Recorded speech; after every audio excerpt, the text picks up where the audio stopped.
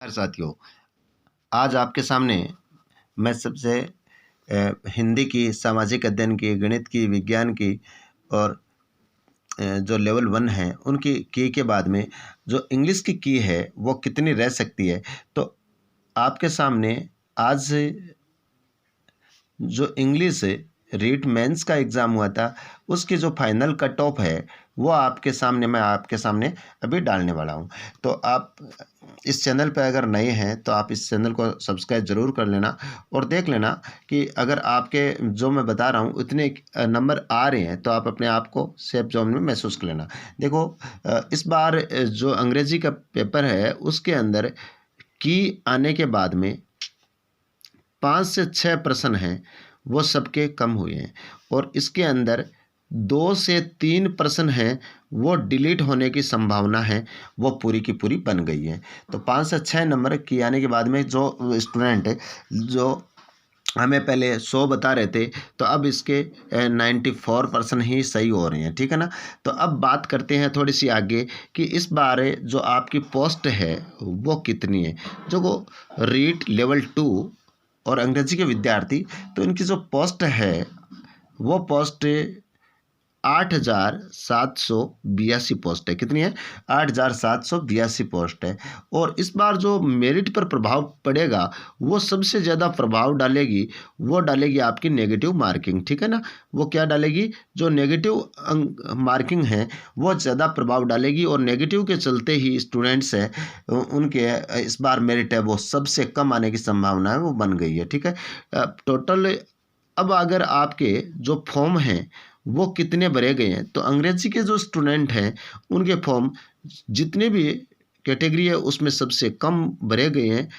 54,800 form है आपके, सबसे कम फॉर्म भरे गए हैं। अब 54,800 है ना, ये फॉर्म भर तो दिए इन्होंने लेकिन इनमें कंपटीशन नहीं है। क्योंकि आपकी जानकारी के लिए बता दूं जो आप में कंपटीशन रहेगा अंग्रेजी के विद्यार्थियों में वो 20,000 स्टूडेंट हैं, सिर्फ 20,000 स्टूडेंट हैं। तो 20,000 स्टूडेंट्स के मध्य ही वो कंपटीशन है आपके अंदर रहेगा। बाद बाकी ये देखो चलते हुए फॉर्म भर देते हैं लेकिन उनके अंडर कंपटीशन नहीं होता।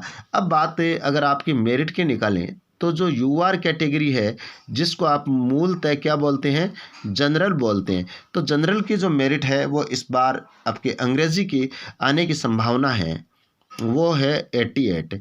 भाई जिस भाई बहन ने 88 क्वेश्चन सही कर दिए तो उनका है वो चयन है वो संभावना है पूरी की पूरी बन जाएगा उनका।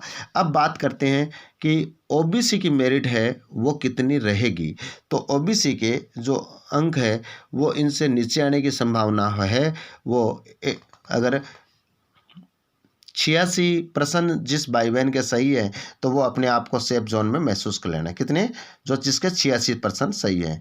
अब बात करते हैं कि इससे ईडब्ल्यूएस का कितना रोल होगा। तो ईडब्ल्यूएस का अगर 84% जिस भाई बहन के सही है तो वो ईडब्ल्यूएस है उसका एकदम। अब बात करते हैं एमबीसी का।